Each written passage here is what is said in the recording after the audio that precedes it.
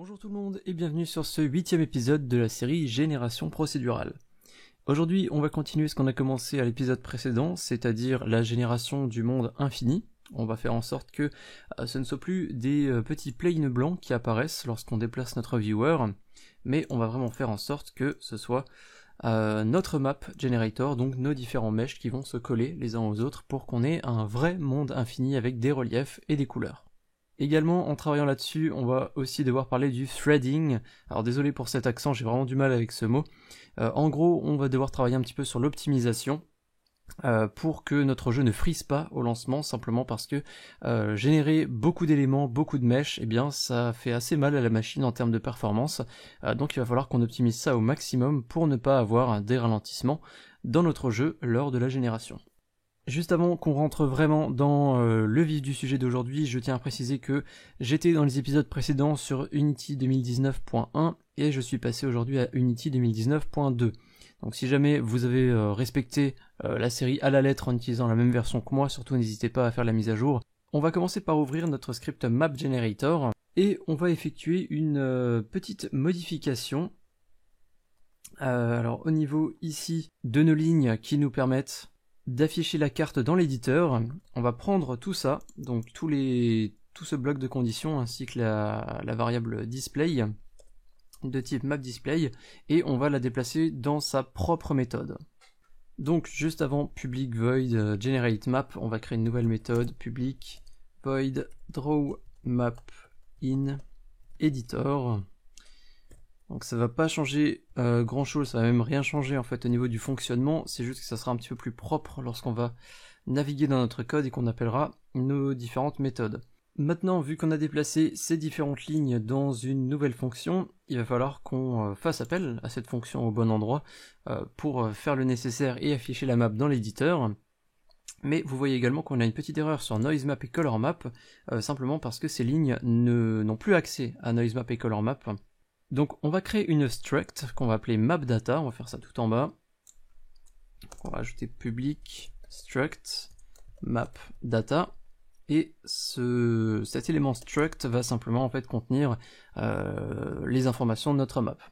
Donc on va créer une public float, ou plutôt une array de type float, qui va représenter simplement la height map, et ensuite on crée une autre array de type color, qui n'aura qu'une seule dimension et qu'on va appeler ColorMap, qui sera donc la ColorMap. Il va falloir qu'on crée un constructeur pour utiliser ces deux éléments ici, pour bien les attribuer en fait. Donc on va créer public mapData. Entre parenthèses, on va renseigner la première array, donc celle à deux dimensions qui est height map, et on va renseigner la deuxième array, color, qu'on va appeler color map.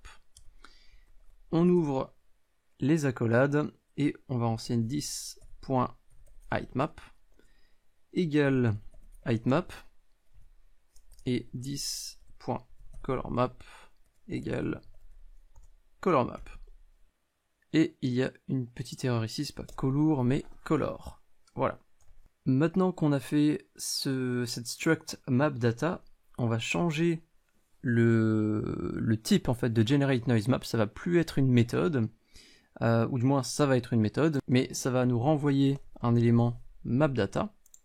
Et forcément, il faut qu'on retourne quelque chose, donc on va dire return. Et donc là, on va simplement faire un appel à mapData. Donc on va créer un nouvel objet mapData.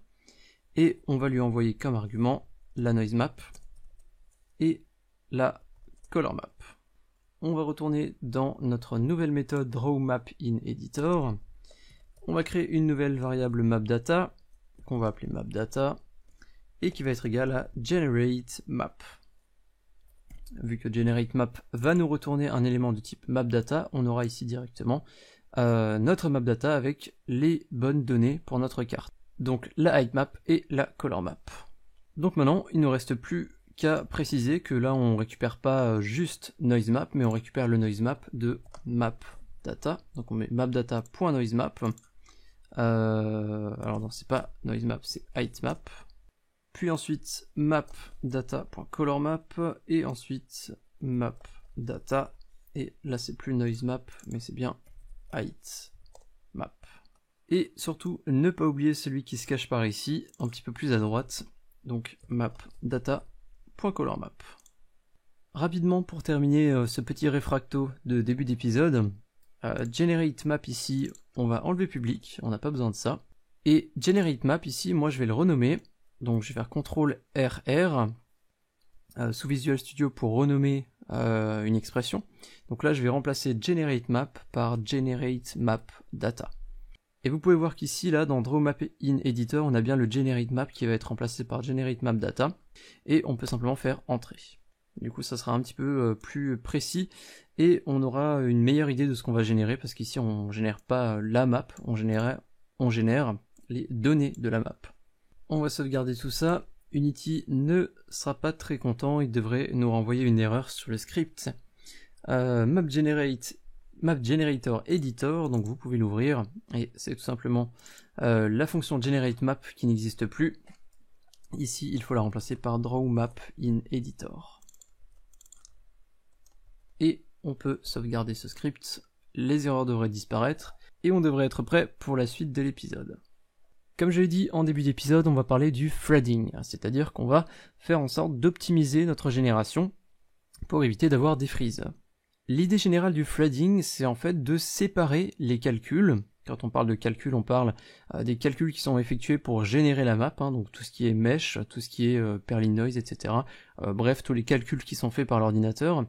L'idée, ça va être de séparer ces calculs sur plusieurs frames. C'est-à-dire qu'on ne va pas générer toute la map sur un frame, on va générer en fait petit à petit, mais toujours rapidement, sur plusieurs frames pour économiser en fait en ressources et pour ne pas saturer, pour ne pas surcharger un frame. Imaginons que notre classe EndlessTerrain ait besoin d'accéder au MapData. MapData se trouvant dans notre classe MapGenerator. Évidemment, la classe EndlessTerrain, si elle fait ça, qu'elle demande le MapData, eh bien elle ne peut pas s'attendre à le recevoir directement, instantanément, déjà prêt en fait. Vu que il va y avoir un temps de processing, il va y avoir un temps de calcul qui va devoir être fait. Donc le MapData ne peut pas être prêt au moment pile de la demande. Donc dans notre classe MapGenerator, on aura une méthode qui s'appellera par exemple requestMapData. Cette méthode prendra en paramètre une action qu'on appelle un callback. Donc dans notre classe EndlessTerrain, au moment où on va appeler cette méthode requestMapData, on va pouvoir passer en argument une méthode. Donc cette méthode, on pourrait l'appeler onMapDataReceived. Donc comment est-ce que ça va fonctionner tout ça? En fait, ce qui va se passer, c'est que EndlessTerrain va appeler la méthode requestMapData, se trouvant dans MapGenerator, et on va préciser donc une méthode en argument. Et ce qui va se passer, c'est que une fois qu'on aura récupéré le résultat de requestMapData, donc une fois que EndlessTerrain aura récupéré toutes les infos qu'il a demandées, eh bien cette méthode, elle va automatiquement être appelée. En fait, le callback, c'est simplement un élément qui est appelé lorsque une précédente action est terminée. Et donc on va pouvoir dire quelle action doit être terminée, et quelle action va être effectuée lorsqu'elle sera terminée. Pour donner encore un petit peu quelques précisions avant de se jeter dans la gueule du loup, requestMapData qu'on a dans MapGenerator, qu'est-ce que va faire cette méthode? Elle va appeler une autre méthode, qu'on appellera par exemple MapDataThread. C'est cette méthode qui va être responsable de récupérer les informations de MapData, et une fois qu'on aura terminé, une fois qu'on aura récupéré les éléments de MapData, alors là ça va être très technique et surtout très spécifique à Unity, donc vous pouvez prendre des notes, mais si vous oubliez ça, c'est pas très grave.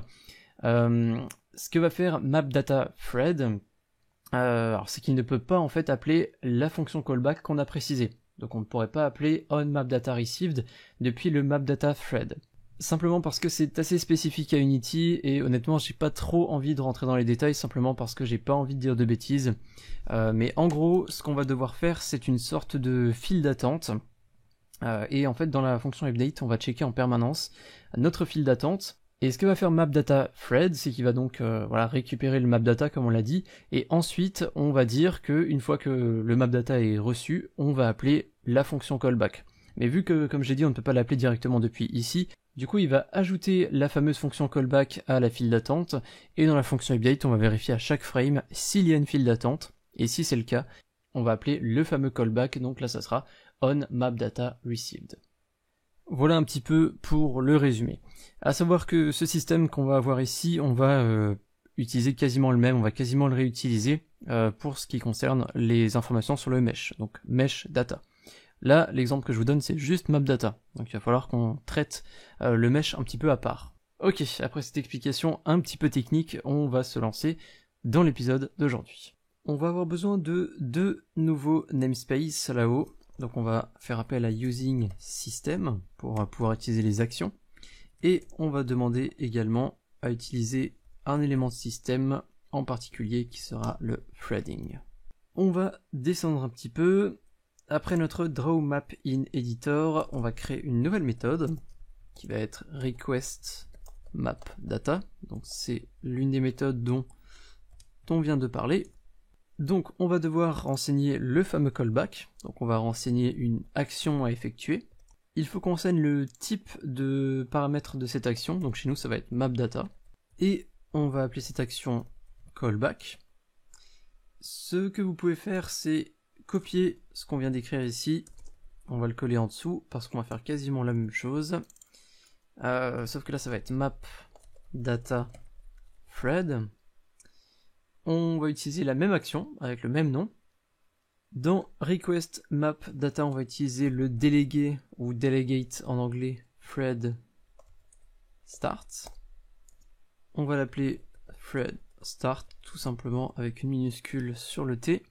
Thread start va en fait représenter notre thread map data ainsi que son callback en paramètres. Cela va être égal à delegate. On va revenir très rapidement sur les delegates dans un petit instant et on va dire map data thread et on va passer le fameux callback en argument. Donc delegate, qu'est-ce que c'est? C'est vrai que j'en ai encore jamais parlé sur la chaîne, il faudra que je fasse un épisode dessus dans la série pour apprendre le C# parce que c'est quand même relativement important. En gros, grâce au delegate, vous allez pouvoir transmettre une méthode comme étant un paramètre.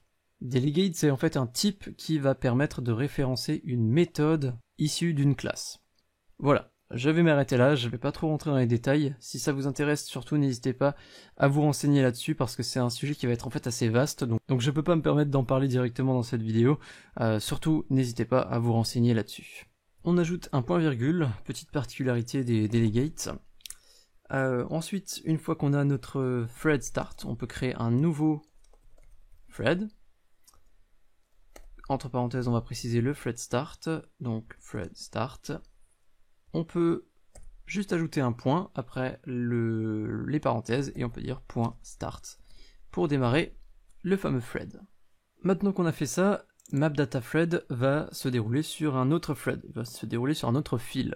Donc on va maintenant récupérer notre mapData, mapData égale generate mapData. On va donc maintenant devoir ajouter notre élément ici à notre fameuse file d'attente dont je vous ai parlé un petit peu plus tôt là. Et on va devoir également renseigner le callback dans cette file pour simplement exécuter les éléments dans l'ordre et au bon moment. Pour faire ça, il va falloir qu'on crée une nouvelle struct, donc un petit peu comme on l'a fait avant, sauf que là on va l'ajouter à l'intérieur de la classe, donc juste après onValidate, il y a bien ici la fermeture de la classe. On va créer une nouvelle struct qu'on va appeler map thread info, les informations du thread. Même principe que la struct qu'on a en bas. Alors on va juste ajouter un petit argument ici qui va être juste un T entre guillemets. En fait, comme je vous l'ai dit il y a quelques minutes, on va en fait utiliser la même technique pour le map data et pour le mesh data. Donc pour rendre l'ensemble générique, pour essayer de gagner du temps en fait, en prévision de l'ajout du mesh data, eh bien on va rendre cette struct générique. Donc on va ajouter ici un paramètre T. On va créer une action publique.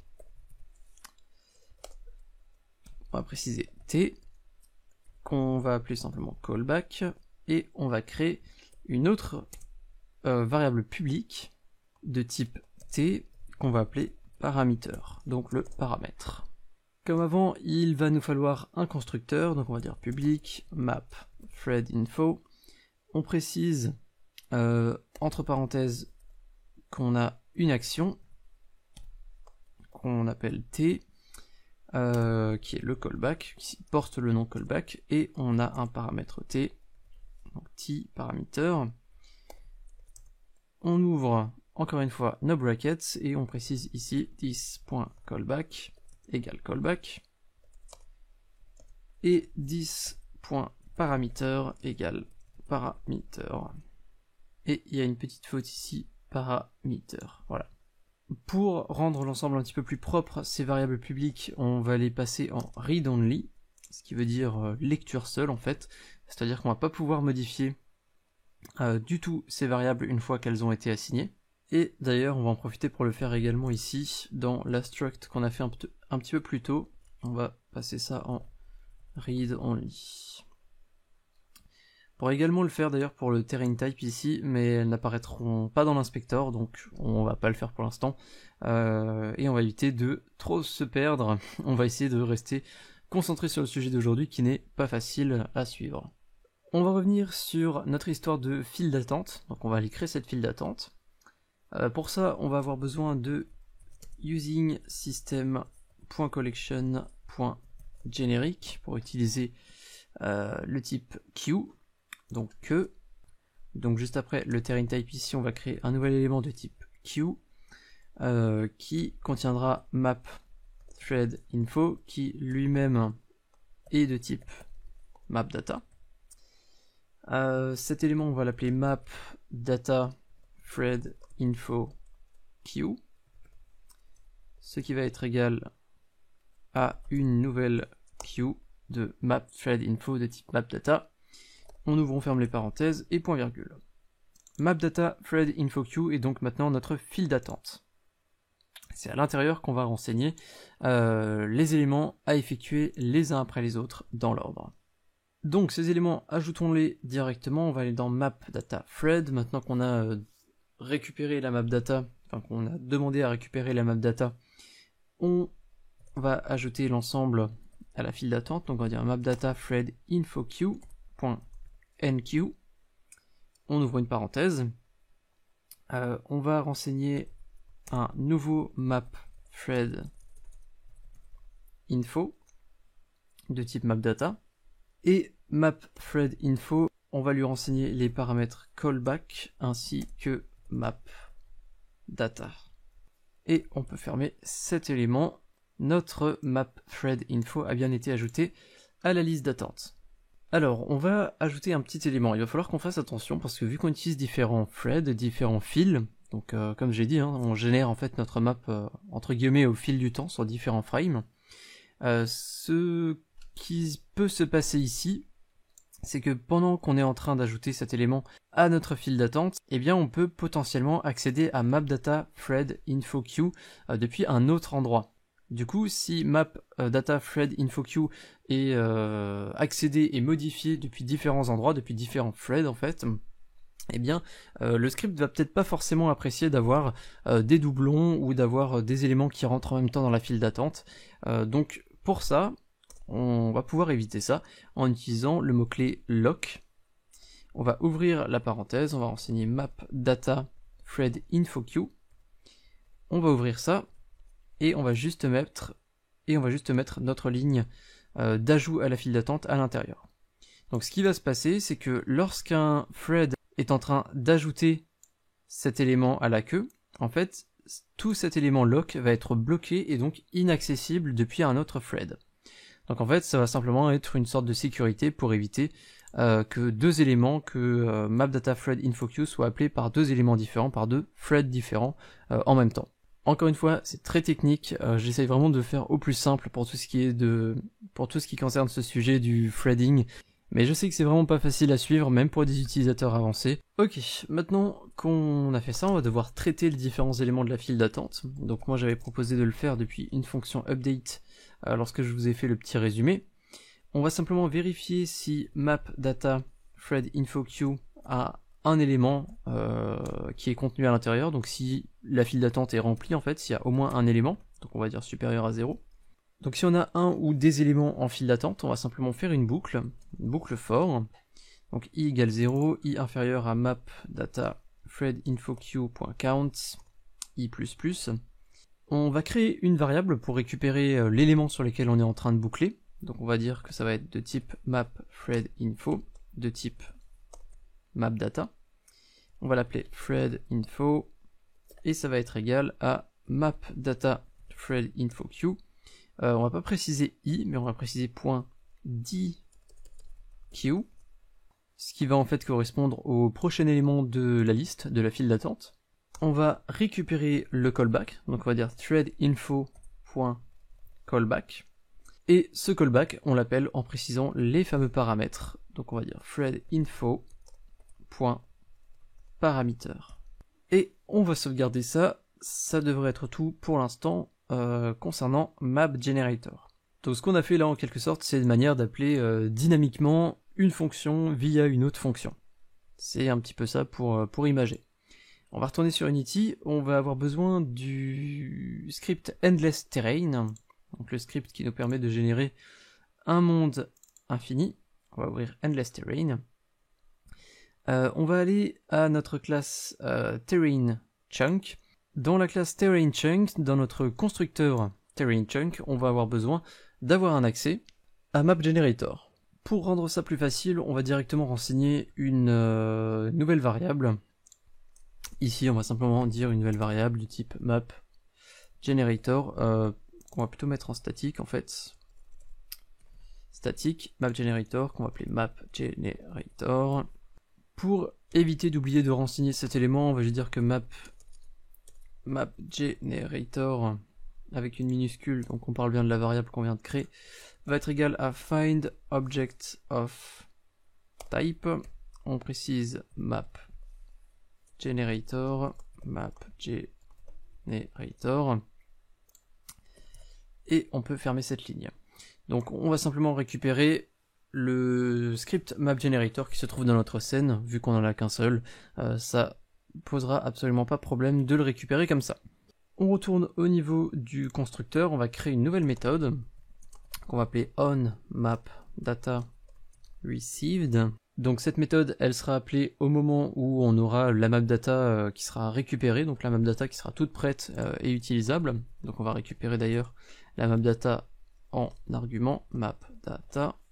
Et depuis notre constructeur ici, on va faire référence à mapGenerator, on va demander à récupérer la mapData, donc on va envoyer une requête request mapData, et il faut qu'on précise, comme vous pouvez le voir ici, system.action mapData callback. Donc quelle est la méthode qu'on va appeler une fois qu'on aura récupéré en fait la mapData. Donc une fois que tout sera bien exécuté dans mapGenerator, et bien nous on va appeler onMapDataReceived, qui est juste en dessous.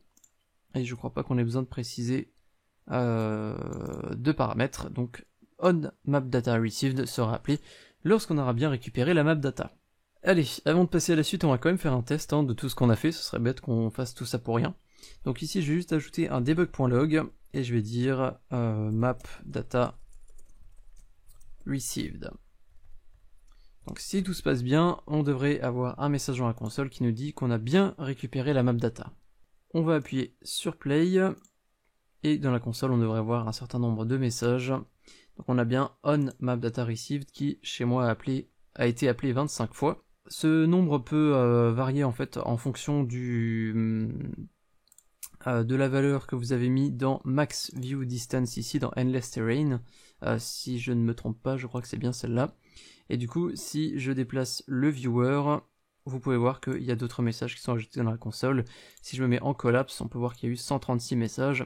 Et si je déplace, on continue d'en avoir de plus en plus. Ok, donc maintenant que ça fonctionne, on va faire quelques petites modifications ici dans le constructeur du Terrain Chunk.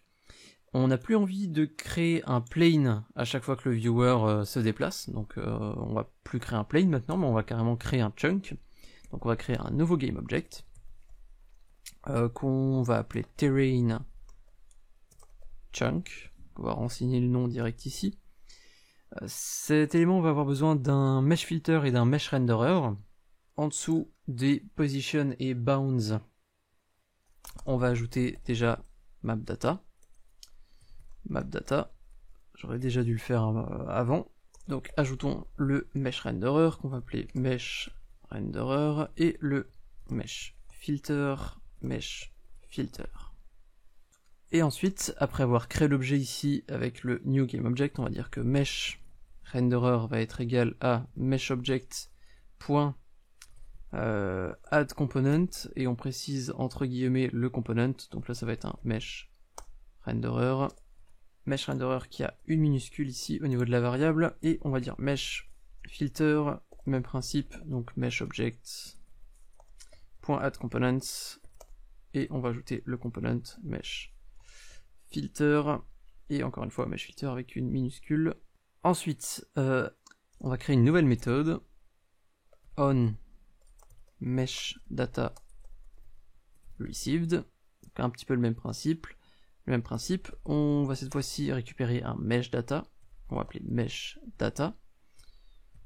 On va ouvrir cette méthode, et ici on va simplement pouvoir dire que une fois qu'on a reçu les éléments de mesh data, toutes les informations, on peut juste accéder au mesh filter et dire que son mesh, alors mesh filter avec une minuscule toujours, je vais y arriver. On va dire que son mesh, donc là on parle du mesh de l'objet qu'on a créé ici dans le constructeur, ce mesh va être égal à mesh data.create mesh. On va retourner dans map generator, et ce qu'on a fait ici avec le request map data et le map data thread, on va en fait le dupliquer. On va faire exactement la même chose maintenant qu'on a les infos de la map.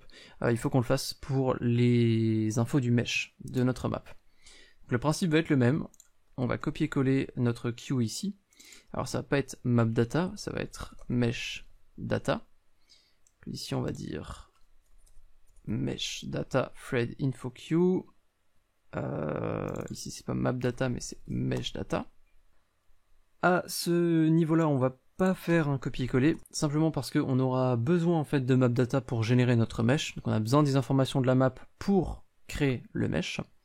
Donc on va dire public void request mesh data.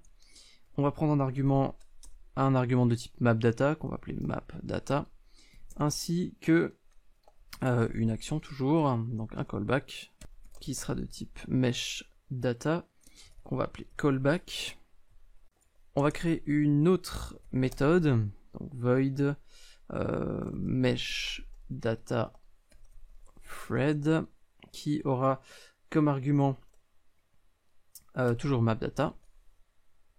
Alors qui aura en fait exactement les mêmes arguments qu'ici, donc on va copier-coller ça, ça ira plus vite. À l'intérieur de cette méthode, on va pouvoir dire que notre mesh data de type mesh data va être égal à mesh generator.generate terrain mesh. Donc là on se base sur des méthodes qu'on a déjà créées auparavant, hein. Il va falloir qu'on précise plusieurs éléments, height map, height multiplier, height curve, level of detail, bref, des choses qu'on a déjà vues. Donc pour le height map, ça va être basé sur les informations de la map, donc mapdata.heightmap. Et pour le reste, on est dans le script mapGenerator, on est dans une méthode classique, donc on peut simplement récupérer les différentes variables qui sont renseignées en haut du script. Donc on va dire mesh height multiplier, mesh height curve et le level of detail. Puis ensuite, on va simplement pouvoir copier ce qu'on a fait ici avec le lock, sauf que c'est pas map data thread info queue, c'est bien mesh data thread info queue. Pareil ici, mesh data thread info queue.enqueue map thread info. Ici c'est plus map data, c'est mesh data, et on garde toujours un callback et on renseigne le mesh data. Donc le principe est exactement le même, sauf que cette fois-ci on parle du mesh et pas de la map. Pour request mesh data, le principe va être à peu près le même que ce qu'on a là-haut, hein. D'ailleurs on va copier ça. Thread start, on va garder les mêmes noms. Ici c'est pas map data thread, c'est mesh data thread, mais on envoie toujours le callback. Pour map data, ici on va le garder, hein. Comme j'ai dit, on va avoir besoin de map data pour gérer le mesh, donc on va le garder ici. Donc ici c'est bien mesh data thread, par contre il faut qu'on renseigne le map data et le callback. et ensuite new thread, thread start, ça ne change pas. Ok, on va maintenant faire la même chose que ce qu'on a fait avant dans la fonction update. Donc là, pareil, je vais copier ce qu'on a fait là. Je vais dire que si meshData thread InfoQ est supérieur à 0, donc s'il y a un élément dans la queue, dans la file d'attente de meshData thread InfoQ, on va dire tout ça. Ici, c'est plus mapData thread InfoQ, c'est meshData. Ici, c'est plus mapData, c'est meshData. Là, pareil, on va appeler meshData thread InfoQ.dq. Et ici, threadInfo callback paramètre, ça ne change pas non plus. Ok, on peut sauvegarder tout ça, on va retourner dans Endless Terrain. On va remplacer ici notre debug.log par mapGenerator, en minuscule, .generate, ou plutôt request meshData. On va envoyer le mapData qu'on a en argument, et on va renseigner la fonction callback qui va être onMeshDataReceived. Donc là, exactement le même principe que pour mapData, sauf que cette fois-ci, lorsqu'on reçoit la mapData, eh bien on va demander maintenant qu'on a les informations de la carte à générer le mesh qui va avec, et pour ça, il faut qu'on envoie mapData pour que nos scripts aient toutes les informations pour générer simplement le mesh de notre map. Et on va appeler onMeshDataReceived qui est juste en dessous ici, lorsqu'on a récupéré le mesh, lorsqu'on a le mesh qui est généré. Quelques dernières petites choses à modifier. Cette ligne ici, donc si vous vous souvenez bien, vu qu'on générait des planes, je vous avais dit que le scale d'un plane, alors c'est toujours 1, 1, 1 quand on le génère, mais la taille de ce plane est de 10 unités. Donc là, on avait fait une petite opération sur le local scale dont on n'aura plus besoin, vu que c'est plus un plane qu'on utilise. On va également ajouter un argument ici, dans notre constructeur TerrainChunk, qui va être de type material, qu'on va appeler material. Et ici, une fois qu'on a récupéré notre mesh filter, notre mesh renderer, on peut simplement dire que notre mesh renderer avec une minuscule, ou plutôt le matériel de cet élément, va être égal au matériel qui correspond à une nouvelle variable qu'on va créer tout de suite de type matériel. Disons plutôt map matériel, ce sera un petit peu plus précis. Étant donné qu'on a modifié le constructeur, on devrait avoir une petite erreur ici au niveau de la génération de cet objet, la création de cet objet TerrainChunk. Donc il faut qu'on renseigne également map matériel. Ok, on va pouvoir essayer. On va sauvegarder tous les scripts si c'est pas déjà fait. On va retourner dans Unity. On va avoir un petit élément à modifier ici dans Map Generator. On a le Map Material. Donc on va aller dans Materials. Et on a Mesh Material qu'on va renseigner ici dans Map Material. On va appuyer sur Play, on va voir ce qui se passe. On va sauvegarder avant. On sait jamais, hein, si on s'est gouré sur le threading, ça risque de faire quelque chose de pas très joli. Alors je vais zoomer un petit peu. Donc là je suis en vue isométrique, je vais enlever. Donc que se passe-t-il? On a bien différents chunks qui sont générés, comme vous pouvez le voir ici dans la hiérarchie, ou directement à l'écran. On a nos différents chunks qui sont générés les uns à côté des autres. Par contre, comme vous pouvez le voir, la génération n'est pas vraiment géniale. On peut voir qu'il y a pas mal de pics, alors peut-être que si j'enlève la lumière, ça se verra mieux. Voilà, on a des sortes de pics qui sont générés sur les bords des maps. Et ça, c'est simplement notre système qui n'aime pas trop le threading. Mais vous allez voir qu'on va pouvoir gérer ça assez facilement. On va aller dans notre Mesh Generator, donc dans notre script Mesh Generator. Le problème vient de notre height curve, donc notre fameuse animation curve, qui est ici dans notre script Map Generator qu'on peut modifier. Alors du coup vous avez peut-être pas eu le même résultat que moi, hein, en fonction des paramètres que vous avez utilisés, en fonction de la mesh height curve utilisée également, mais vous devriez constater également une sorte de petits pics qui sont pas très jolis. En fait ce qui se passe c'est que vu que ici heightCurve.evaluate est appelé depuis différents threads en même temps, et bien c'est la mauvaise valeur en fait qui est retournée par Unity. Donc ne m'en demandez pas plus, hein, c'est vraiment un truc qui est fait côté Unity. On va pas pouvoir faire grand chose par rapport au fonctionnement de Unity, mais on va pouvoir utiliser un petit tweak pour éviter ce problème. Ce qu'on pourrait faire, vous vous en doutez peut-être, on l'a utilisé avant, on pourrait dire que on met un verrouillage sur height curve, et à l'intérieur, on va simplement déplacer notre ligne ici avec le mesh data .vertices, ce qui en gros fera que lorsqu'un thread utilise height curve, eh bien aucun autre ne peut l'utiliser, et du coup ça fonctionnerait. On va sauvegarder, on va regarder ça tout de suite. Si j'appuie sur play, vous allez voir que la génération sera déjà beaucoup plus jolie, on n'aura plus les fameux pics qui apparaissent au bord des maps, donc là vous voyez qu'on a quand même un terrain qui est beaucoup plus agréable à regarder. Évidemment il y a encore beaucoup de travail, mais vous inquiétez pas, on va s'en occuper. Sauf que on va pas utiliser cette technique de lock ici. Pourquoi est-ce qu'on ne va pas faire ça? Et bien simplement parce que de cette manière, en fait, ce qui se passe, c'est que le premier thread qui va tomber là-dessus, il va donc rentrer à l'intérieur du lock, vu que c'est pas verrouillé. Il y a aucun thread qui l'utilise encore. Il va commencer à s'occuper de ça. Et en même temps, il y a les autres threads qui vont arriver. Et quand ils vont se rendre compte que ici le lock est actif, donc c'est verrouillé, height curve est en train d'être utilisé, et bien en fait ils vont rester ici. Les autres threads ils vont simplement attendre à ce moment-là quand ils vont se rendre compte que c'est verrouillé, et ils vont pas passer à la suite tant que ça sera pas déverrouillé et qu'ils ne seront pas rentrés à l'intérieur pour exécuter cette ligne.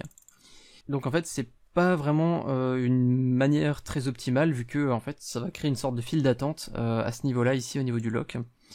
Du coup, ce qu'on va plutôt faire, on va enlever ça déjà. Tout en haut de notre mesh data, ici de notre méthode generate terrain mesh, on va créer une nouvelle animation curve qu'on va appeler height curve, simplement. On va mettre égal une nouvelle animation curve, et à l'intérieur on va passer, et juste pour s'y retrouver, parce que là j'utilise le même nom que dans le paramètre, au paramètre je vais utiliser un underscore ici, ce qui d'ailleurs est assez utilisé dans le monde de la programmation pour différencier une variable issue d'un paramètre et une variable qui est écrite directement dans la classe. Donc je vais créer une nouvelle animation curve, que je vais appeler height curve, et je vais lui donner en argument underscore height curve.keys. Donc en fait, simplement les clés qui se trouvent à l'intérieur de height curve. Donc les clés correspondent simplement aux différents points qu'on a ici dans notre courbe. Donc si on fait un clic droit, on peut ajouter une clé qui va correspondre à un nouveau point qui va nous permettre de modifier un petit peu le relief de la map. Donc ce qu'on va faire, c'est qu'on va carrément créer une height curve dans Mesh Generator, dans cette classe ici, basée sur celle qu'on a renseignée dans notre éditeur. Et du coup, en faisant ça, le tout fonctionnera bien, et vu que notre classe ici a sa propre height curve, on n'aura plus besoin de se soucier de verrouiller cette ligne en fonction des différents threads. Ok, on va tester ça une dernière fois, on va sauvegarder. Donc comme j'ai dit, c'est un petit tweak pour contourner un petit peu le fonctionnement de Unity, mais vous pouvez voir que ça fonctionne bien, on n'a plus des sortes de pics sur les bords des maps. Et d'ailleurs, si maintenant je prends mon viewer ici, et que je me déplace, vous pouvez voir que ce sont de nouveaux meshs qui sont générés petit à petit en fonction du placement de notre joueur. Bref, on a beaucoup avancé aujourd'hui. Du coup, on va s'arrêter là pour cet épisode. Quelques petites précisions. Alors, selon les reliefs que vous utilisez, ça se verra plus ou moins. Mais ici, ce qui se passe, c'est que c'est toujours le même mesh qui est généré. Donc voilà, si je prends ce mesh et que je le déplace ici, vous allez voir qu'il va parfaitement bien se superposer, simplement parce que c'est le même qu'on va répéter au fur et à mesure. Du coup, pour la suite de la série, qu'est-ce qu'on va faire? On va faire en sorte de ne pas avoir un chunk qui est répété au fur et à mesure. On aura bien une seule et unique map où tous les chunks seront uniques, ou quasiment tous les chunks. On va également implanter le système de LOD qu'on a déjà développé, il faut juste l'implanter, simplement parce que là, si je me déplace avec mon viewer, vous voyez que les meshs sont générés en entier. On n'a pas le système de LOD avec un détail moins élevé pour les maps qui sont loin, et un détail très élevé pour les chunks qui sont proches du viewer. Voilà, je pense que c'est les deux choses dont on va vraiment parler à l'épisode d'après. Il faudra évidemment qu'on s'occupe aussi des gaps c'est-à-dire des trous qu'il y a en fait entre chaque terrain. Là vous voyez que les terrains ne se superposent pas bien, ici on voit en dessous du terrain, simplement parce que là on a une plaine et ici on a un morceau de montagne. Donc ça aussi c'est quelque chose qu'on verra plus tard, peut-être pas au prochain épisode parce que ça risquera de faire un petit peu lourd, mais on s'approche tout doucement du résultat final. C'est tout pour l'épisode d'aujourd'hui. J'espère qu'il vous a plu, j'espère que vous appréciez toujours autant cette série. Si vous l'appréciez et que vous souhaitez, que vous pouvez me soutenir, vous pouvez le faire via des dons sur Tipeee ou sur Utip. Ces deux plateformes vont simplement permettre de faire des dons à des créateurs, dont moi évidemment. Vous avez le lien de mon Tipeee et de mon Utip en description si vous souhaitez faire un petit geste. Comme d'habitude, un grand remerciement à Sébastien Lag qui a créé la série initiale de Génération Procédurale, donc je me base sur son travail pour vous proposer cette série. Si vous souhaitez le soutenir, vous avez son Patreon à l'écran, et vous avez également le lien de sa chaîne YouTube où il réalise plein de vidéos très intéressantes, donc allez faire un petit tour sur sa chaîne et n'hésitez pas à vous abonner parce que c'est du contenu de très bonne qualité. Je tiens également à remercier les tipeurs du mois dernier qui sont affichés à droite de l'écran, avec un remerciement particulier pour SpyProg et Nicolas. Je vous dis à très bientôt pour le prochain épisode de la série. Salut!